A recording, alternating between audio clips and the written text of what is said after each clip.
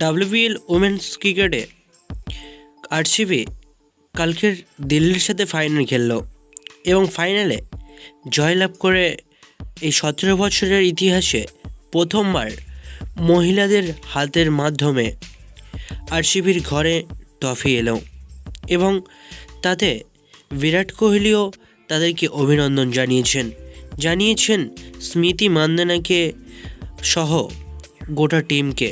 সবার সাথে কথা বলার ইচ্ছা প্রকাশ করেছেন বিরাট কোহলি।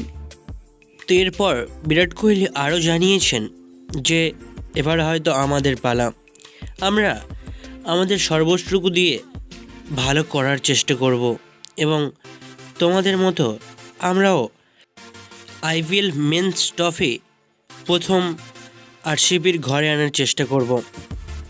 যদিও আইপিএল শুরু হতে আর মাত্র কয়েকদিনই বাকি রয়েছে, প্রথম ম্যাচেই মহেন্দ্র সিং ধোনির মুখোমুখি হতে চলেছেন বিরাট কোহলি এবং এই ম্যাচে কি হয় সেটাই দেখার।